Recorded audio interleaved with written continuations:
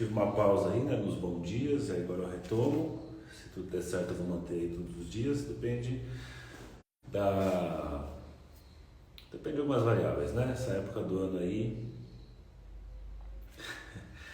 Esse assunto é bem para pensar em fim de ano, né? Fim de ano, renovar os votos, esperanças para o ano que vem. Né? E sempre, para algumas pessoas é meio deprimente fim de ano, deprimente começo de ano, sei lá eu. E tudo, o comentário que eu vou fazer é em cima de um livro da Maria Rita Kel, O Tempo e o Cão. Eu vou falar pouco aqui, tá? Eu tô sem voz, tô com a garganta fechada e sinusite. Mas esse é um livro muito legal, O Tempo e o Cão. É um livro assim que ela fala sobre as depressões, mas ela abre um espectro assim, de uma forma bem interessante. Na semana passada eu postei um trecho de um vídeo do Oswaldo Montenegro, em que ele fala um pouco sobre ele, né? Sobre como ele é no mundo. E ele fala da melancolia. Ele diz mais ou menos assim, que quando ela aparece, a melancolia, ela chega e ele é engolido por aquilo. Quando ele é engolido por aquilo, ele fala, ela puxa, né, draga ele. E ele diz, esse é o ponto em que eu tento dar um passo. Porque se eu não der esse passo, eu afundo, né, eu sou engolido de vez.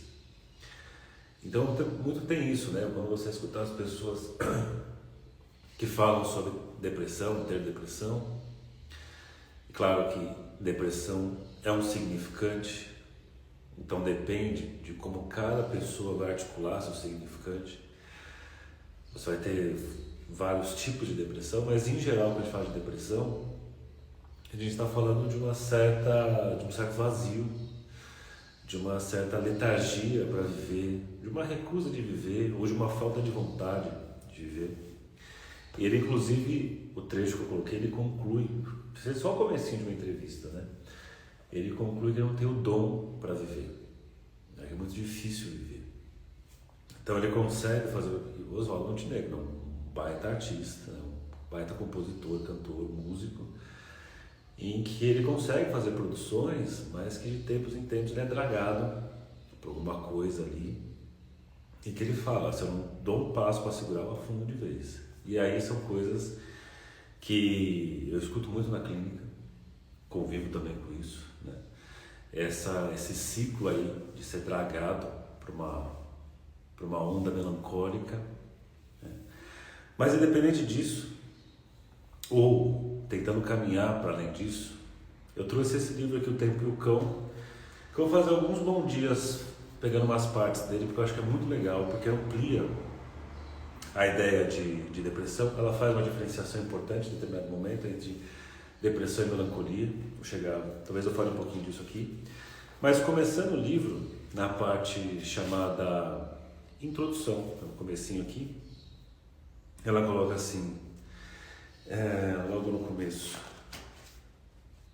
tenho constatado em minha prática clínica que aquilo que chamamos sem grande precisão de depressão, veja, ela está tomando cuidado, sem grande precisão, porque a gente poderia fazer primeiro um trabalho de delimitar o que é depressão. Não é isso que ela está fazendo. Estou pegando aqui esse sintoma, né? esse quadro, depressão, e estou falando um pouco livremente sobre ele. É o que ela faz, vou seguindo o caminho. Então ela fala, depressão é um quadro mais próximo da clínica das neuroses do que das psicoses. Isso é bom dividir, né?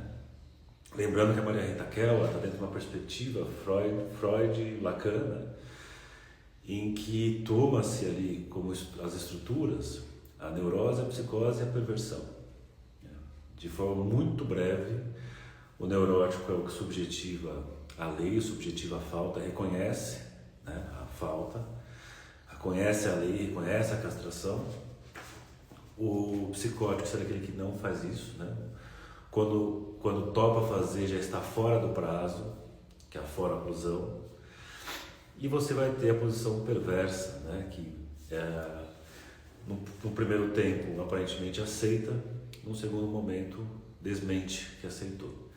Então eu sempre falo em sala de aula assim, tenta imaginar que você está ganhando um presente chamado castração. Você pode aceitar, você pode recusar. Você pode aceitar na frente da pessoa, quando ela virou, você joga fora. Né? Aceitou, neurose, negou, psicose. Aceitou na frente de quem deu, né, da lei, mas a pessoa virou as costas e jogou fora, perversão. Então, quando ela fala aqui que a depressão teria mais próxima, do jeito que ela enxerga, das neuroses que das psicoses, está falando disso. Né? Uma pessoa que ela está ali, né, na relação com o outro, reconhece a sua falta, reconhece que o outro tem um desejo, né, tem essa separação, eu, o outro, muito clara, e ainda assim tem essa posição de desinteresse pelo mundo, pelo outro, pelas coisas, mas já está nesse ponto. Né? Então, quando um psicanalista ou um psiquiatra se refere a uma depressão psicótica, então se for uma depressão psicótica ou endógena, é bem mais provável que se refira a uma melancolia e não uma depressão. Então, a gente poderia pensar, não sei se nível de gravidade, mas que são qualidades diferentes, mas em termos de gravidade, a melancolia, dentro do cenário da perspectiva da psicose, considerada o pior tipo de sofrimento psíquico, obviamente que é difícil você categorizar isso, mas pensado assim por alguns, inclusive por Freud, ele fala que o melancólico ele descreve, né, a grande dor da existência ou de não conseguir existir, e na depressão ser algo mais brando, mas não dá para dizer assim também, porque quem é depressivo sofre muito também, mesmo estando mais dentro de um cenário, né, neurótico, não significa que não haja sofrimento. Então por isso que eu prefiro dizer, são qualidades diferentes a pensar em quantidades diferentes, melhor pensar assim. Então, vai dizer assim, as depressões participam das estruturas neuróticas, mas é preciso tentar compreender sua singularidade. Não se confundem com estados de ânimo tais como tristeza. Então a depressão não é tristeza, não é abatimento, não é desânimo, não é inapetência para a vida, embora tudo isso participe do quadro depressivo. Mas falar dessas coisas não significa depressão da mesma maneira. E diz aqui, por outro lado, também não se confundem com as ocorrências depressivas esporádicas a que todo neurótico está sujeito em razão de perdas, fracassos ou lutos mal elaborados. Um texto que é sempre bom retornar a ele, se vocês nunca o fizeram, é importante fazer, é o texto do Freud, Luta e Melancolia. Ali você tem a base para, mesmo hoje em dia você vai escrever alguma coisa sobre o assunto, mesmo tendo ideias superadas ali, os rudimentos das ideias estão presentes e são muito importantes para a gente ali. Bom, e aí fala assim, né, na clínica psicanalítica recebemos com frequência pessoas que se queixam de não ter jamais experimentado, tanto quando sejam capazes de se lembrar, outro modo de estar no mundo que não seja a depressão, com raros intervalos de alívio passageiro. O tipo de endereçamento transferencial de suas interrogações frente ao analista, então a posição do sujeito diante do outro, diante do analista, o tipo de apelo transferencial, o tipo de endereçamento para aquele analista, coloca assim, nos leva a concluir que essas pessoas são neuróticas, mas o sentimento de vazio que as abate, a lentidão mental e corporal, o abatimento profundo em que se encontram, exige um pouco mais de cautela em sua avaliação. E diz assim, e é possível, desse ponto de vista, né, de pensar nas depressões mais para o lado da neurose, porque ela diz, depois de um tempo de análise, que se pode ser mais ou menos longo, a estrutura neurótica de um depressivo começa a ganhar nitidez. Entendemos então que aquele que se apresentou como cronicamente deprimido participa de uma histeria ou de uma neurose obsessiva. Então veja só a ideia, né? Se trata de um sujeito histérico ou obsessivo, mas é como se fosse uma névoa depressiva que impossibilita, quando você está escutando uma pessoa depressiva, de definir qual é o seu tipo clínico. Lembrando, o tipo clínico seria a subcategoria da estrutura. Então a estrutura neurose, psicose, perversão, descer um andar de baixo, tipo clínico, dentro das neuroses, histeria, neurose obsessiva. Só que tanto a histeria ou a neurose obsessiva estaria escondida ou indefinida por conta de uma neblina chamada depressão. E que, com o tempo de análise, pode ser pouco tempo, pode ser muito tempo, começa então a sair essa névoa e é possível então enxergar que tipo, de tipo clínico está por trás. E aí aparece ali a histeria, neurose obsessiva, etc. E aí a pergunta que ela coloca é assim: o que decide durante o atravessamento do complexo de Édipo a saída pela depressão? Por que uma pessoa escolhe sair pela depressão? Essa questão da escolha também é algo importante para a gente pensar aqui, porque o Freud fala de escolha da sua neurose. Ainda que seja uma escolha inconsciente ou uma escolha enquanto o sujeito ainda não tinha condições de escolher, é uma escolha. Isso é bem interessante de se pensar, porque eu lembro nessas horas quando a gente fala de vestibular, sempre tem uma crítica assim que eu escuto, eu fazia também, quando era estudante pensava igual, de o vestibular acontecer numa época que as pessoas não têm condições de saber exatamente o que querem fazer pro resto da vida. Então, vai prestar vestibular com 17, 18 anos, como é que você sabe o que você quer fazer da vida? E aí vem toda aquela crítica, depois com 30 a pessoa descobre que não era exatamente isso que ela queria ter feito, e aí vem as pessoas falando, não, as pessoas vão poder escolher isso mais tarde, enfim. Na verdade, a escolha sempre é precipitada, e depois a gente vai ter que se haver com a escolha feita. A gente é obrigado a fazer uma escolha, e depois se vira com isso.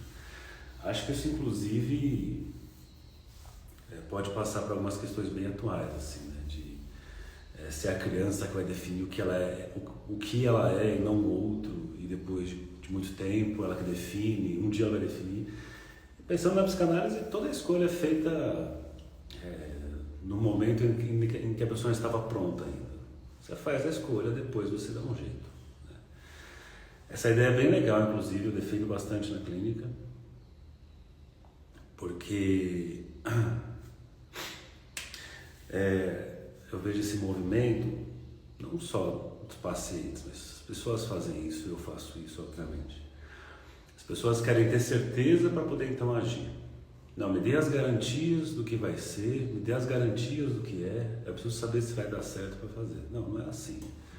Você vai fazer, pode ser que dê certo, pode ser que não dê certo, mas você faz uma escolha. Ah, mas e se lá na frente não for a escolha certa? Aí você dá um jeito, você refaz, ou melhora o que você tem, ou muda o que você tem. Ah, mas não é justo. Pois é, não é justo. Vai reclamar para quem? Ah, para o fulano de tal. O fulano de tal passou pelos mesmos tipos de escolha. Ele também não tem responsabilidade. Então vai reclamar com o ciclano. Ciclano também vai reclamar com o ciclano.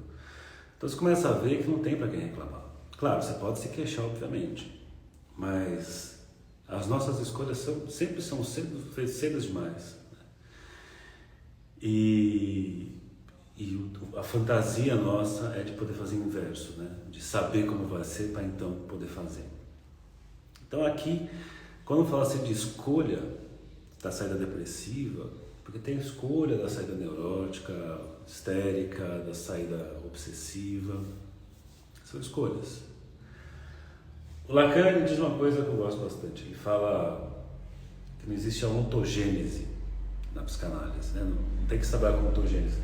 Não adianta você querer ir lá buscar na história, então peraí, então uma pessoa que é obsessiva tem característica de uma mãe que amava demais, era excessiva, etc e tal.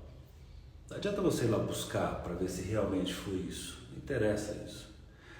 O que interessa é que a pessoa vai trazer uma fantasia que é dessa ordem de uma invasão, por exemplo, que o depressivo vai apresentar também, que é de uma invasão, por exemplo.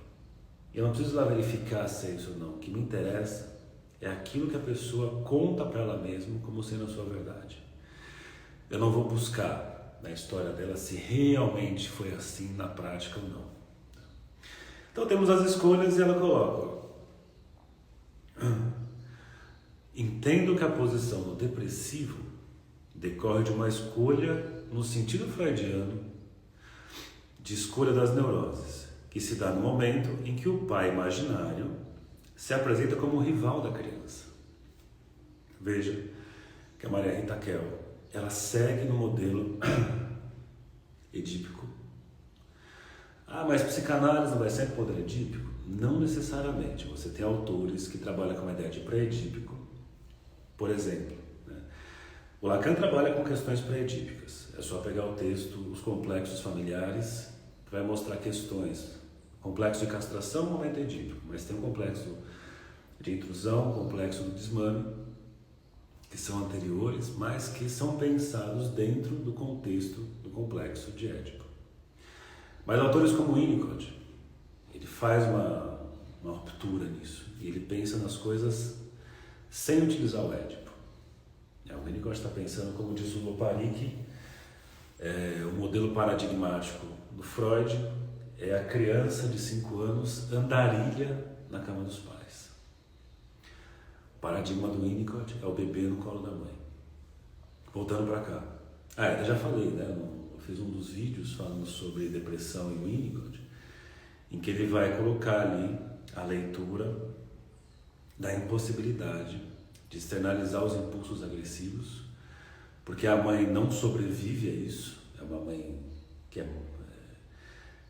retalia o bebê, que se fragiliza com o gesto do bebê, e leva então a uma retração da agressividade, e essa agressividade se volta contra a própria pessoa. Daqui a pouco eu tento ler aqui, tá? Só para finalizar o raciocínio. Então, no caso da Maria Rita Kell, ela está dentro do modelo edípico e trabalhando nessa ideia. Essa escolha das neuroses tem a ver com o pai imaginário. Pai imaginário, pai real, pai simbólico, pai imaginário. A gente vai pensar no Lacan. A dimensão do pai real é o pai ali de carne e osso. O pai real não faz diferença em termos de Édipo. Por quê? O pai real não necessariamente precisa estar presente, precisa existir como pessoa ali concreta, mas sim como uma imagem poderosa, uma imagem de rivalidade. E depois tem o pai simbólico, né, que é o pai ali que vai ser destinatário do desejo do outro e que leva então o desejo da criança a se movimentar, a caminhar metonimicamente, tentando alcançar o objeto e não chegando nisso. Então o ponto-chave é quando aparece esse pai imaginário, começa a rivalidade edípica e coloca, esse é o segundo tempo do atravessamento do Édipo. Então o segundo tempo começa a delinear as estruturas e diz assim, a escolha precoce do futuro depressivo seria de se retirar do campo da rivalidade fálica. Em vez de disputar o falo com o pai e perder para ele, como os neuróticos histéricos e obsessivos vão, o depressivo teria preferido recuar, permanecendo sob o abrigo da proteção materna. Em consequência desse recuo, ao contrário do que ocorre no percurso normal do neurótico, o depressivo defende-se mal da castração, a qual nesse ponto da constituição do sujeito já terá ocorrido a partir do momento em que o discurso da mãe indica à criança o lugar em que o pai ocupa diante do desejo dela. Ou seja, ele não quer entrar na rivalidade fálica, tem esse medo à castração, mas isso já aconteceu. Ocorre que o futuro depressivo se detém a meio caminho do percurso, em que o histérico obsessivos define sua posição fantasmática. Ao invés de enfrentar a rivalidade fálica, como fazem os neuróticos obsessivos histéricos, na tentativa de reverter os efeitos da perda que já ocorreu, os depressivos escolhem, lembra da escolha que eu falei agora há pouco, permanecer na condição de castrados. Porque, veja, tanto o histérico quanto o obsessivo, eles passaram pela castração, e ótimo, né? Só que aí você tem as fantasias de enfrentamento à castração, as fantasias de triunfo, fantasias de superar. Eu até fiz outro dia uma postagem que eu peguei o cara do jogo, né? Que ele jogava com o pai quando era criança, Meu pai morreu, aí na adolescência ele pega o jogo e volta a jogar, mas se sente mal. Depois adulto ele pega, e quando ele vai jogar esse jogo, quando ele tá para bater o recorde da pista, o carro mais rápido da pista aparece, o carro fantasma, esse carro é o pai. E ele corre, só que passa a ser mais rápido que esse carro, mas sempre que chega na próxima linha de chegada, ele freia para o carro passar. Porque se porventura ele for mais rápido que o pai, ou ganhar a corrida, for mais rápido que o pai, melhor dizendo, ele vira o novo detentor do recorde, o pai desaparece. Então o fantasma do pai desaparece caso ele enfrente e ganhe essa disputa fálica. Ele não faz isso. A gente poderia pensar, de certa forma, o depressivo nesse lugar. Esse daí, então mais uma vez, enquanto histéricos e obsessivos entram nessa disputa, nessa fantasia de superação, você tem a névoa depressiva, que é se colocar na condição de castrado e nem tentar. O lance do depressivo é que ele nem tenta. Esse é o problema. Isso não significa que tenham simbolizado a castração. Então não significa assim, ele é castrado, por isso que ele está por isso que ele está nessa posição madura. Não. Ser castrado, ok, é uma condição da nossa saúde, né? Mas fantasia de superação é fundamental para esse colorido. Aproveitando até a Maria Rita Kell, tem um vídeo em que ela fala sobre obra de arte, em que ela está falando de arte, eu acho que é contemporânea, que ela fala que ela não gosta muito, vou falar muito por cima, então eu posso tomar cuidado com o jeito que eu vou falar, mas assim, ela traz algo que é uma ideia interessante, que ela fala que ela não gosta muito da arte contemporânea porque ela é muito crua, muito real, e que ela prefere às vezes a arte renascentista, o surrealismo, aquele exagero, aquela coisa linda, aquela coisa impactante. Isso que é impactante é imaginário. E ela diz assim, sem imaginário, gente, a gente se deprime. Olha que legal isso. Sem imaginário a gente se deprime. Então quando eu falo aqui do neurótico histérico, neurótico obsessivo, o imaginário, suas fantasias narcísicas são fundamentais. Fantasias de superação e tentativas de, mais que perca, tenta aí. Aí vai, se estrepa, ou vai ver que não é bem aí, se deprime rapidamente porque não é bem aí.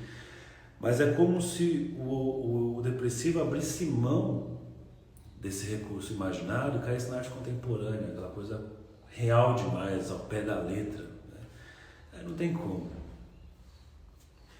Então isso não significa, tampouco se trata de versões imaginárias da castração entendida como privação ou frustração, e sim de abster-se da reivindicação fálica, colocando-se sob o abrigo da castração infantil. Isso não significa que não existam paixões de rivalidade nos depressivos.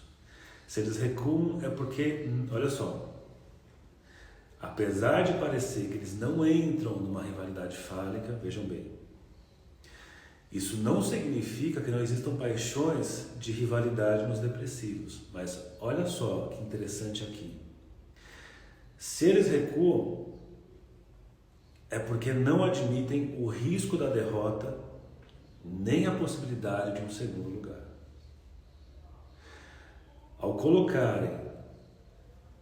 colocar-se ante a exigência de tudo ou nada, acabam por instalar-se do lado do nada. Cara, eu fico impressionado com certos livros tipo esse, em que você não consegue não grifar tudo. Ou, esse é um livro que eu leio, em que eu falei assim, cara, o que mais ela vai ter para falar depois de eu ter falado tudo isso? Isso aqui, gente, é o que eu falei. É a terceira página de um livro que tem tudo isso aqui. Sensacional. Milton ganhou o prêmio esse livro, né? Prêmio Jabuti 2010. Só para finalizar, então acho que esse raciocínio acabam escolhendo nada, né? E aí coloca, não enfrenta o pai. Não, acho que aqui está ótimo. Eu acho que até aqui já está ótimo, porque acho que isso aqui Acho que esse ponto acaba com chave de ouro esse primeiro momento. Entendeu? Então, só mais uma vez para então ficar uma conclusão bacana. O vazio é um tipo, o tempo e o cão. O vazio é um tipo de queixa muito comum na depressão. E talvez esse vazio tenha mais a ver com o nada do que com o vazio exatamente. O que a Maria Rita Kel trouxe aqui? Que o depressivo, como ela pensa e enxergou na clínica, ele está mais próximo das neuroses do que das psicoses. E que, ao tratar depressivos, depois de um tempo de análise, é como se fosse uma neblina na frente, a coisa vai se limpando e aparece então a estrutura, o tipo clínico obsessivo ou histérico. Mas coloca aqui, na escolha subjetiva da sua estrutura, do seu tipo clínico, o depressivo ele fica no meio do caminho. Então assim, os neuróticos, como eu fiz um resumo para vocês, são aqueles que aceitam a castração. Mas não significa que aceita e está tudo bem. Aceita, mas na fantasia transgridem isso. Na fantasia reivindicam. Na fantasia enfrentam imaginariamente esse outro e negam sua castração nesse instante. É o que o Freud fala, por exemplo, no texto A Perda da Realidade nas Neuroses, na neurose e na psicose. Não é só o psicótico que reconstrói as coisas a partir do seu delírio. Na neurose tem uma reconstrução a partir da fantasia. É uma fantasia que tem ali os pés, um dos pés pelo menos muito bem firmes dentro do imaginário. Então, nesse nível imaginário, nesse nível fantasístico, apesar de castrados, os neuróticos vão para o enfrentamento, vão para a vida, vão tentar fazer uma série de coisas, ainda que quebre a cara depois. O depressivo é o que sacou que não vale a pena fazer isso, não tem porquê, porque já são castrados. E saber-se castrado, apesar de ser melhor do que ter certeza que não é, que seria um delírio de grandeza, por exemplo, mas saber-se castrado e por isso sair do jogo da vida não é tão melhor assim. Porque veja, é o lance, você saber que é castrado e ainda assim querer estar no jogo da vida. Eu costumo falar que qualquer processo analítico entra numa fase depressiva em que tem a constatação da castração. Mas não para por aí, porque diante da constatação da castração, ainda é necessário ousar enfrentar isso, ousar desejar. Né? Apesar de saber que o nosso desejo vai dar com os burros na água, nós vamos quebrar a cara no momento, ainda assim deseja. Por isso que uma das falas que ela traz ali é do Mauro Matuzzi, se eu não me engano. Eu vou fazer outras lives sobre esse livro e tem esse trecho que ela traz que fala... Não é Mauro Matuzzi, é Mauro, não lembro agora. Mas fala que o depressivo cai antes da queda. Então é como se os neuróticos, histéricos, obsessivos topassem, vamos lá, vou cair, e cai, e se decepcionam, se entristecem por um tempo, mas o depressivo já nem vai. Aí ela coloca. Ele já nem vai, não é porque não tem a rivalidade, mas diz assim, para finalizar, não. Isso não significa que não existam paixões de rivalidade nos depressivos. Se eles recuam, é porque não admitem o risco da derrota nem a possibilidade de segundo lugar. Ao colocar-se ante a exigência de tudo ou nada, acabam por instalar-se do lado do nada. Então é isso. Vou parar por aqui a live. Desculpa aí as tosses e a afonia, e etc e tal. É só para tentar falar um pouco aqui. Lembrando, né, gente, hoje é dia 30, né? Lembrando que dia 8 de janeiro está chegando. Nós temos o começo do curso sobre mecanismos de defesa. Então vai rolar aí, dia 8 de janeiro já começa. E esse é um curso que quem adquire já tem... quantas aulas? Acho que são 6 aulas do curso Freud do do curso do Freud, Teoria Clínica, disponíveis lá. E para janeiro vai ter uma porrada de curso aí, vai chegar, eu vou lançar grupos de estudo, né, do Lacan, sobre clínica psicanalítica, que são são ao vivo, né, uma vez por semana. Vai ter o grupo de estudos do livro O Inferno do Dever, também ao vivo, uma vez por semana.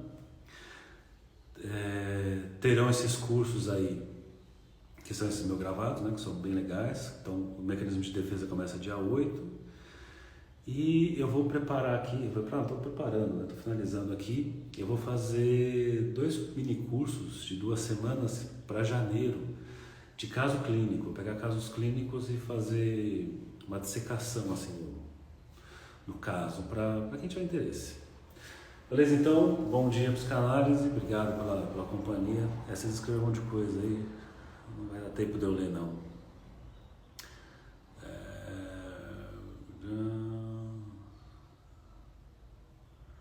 Tá. Não, acho que os comentários não foram bem perguntas, foram comentários assim, bem bacanas. Então é isso, gente. Bom dia pra vocês e acho que até amanhã.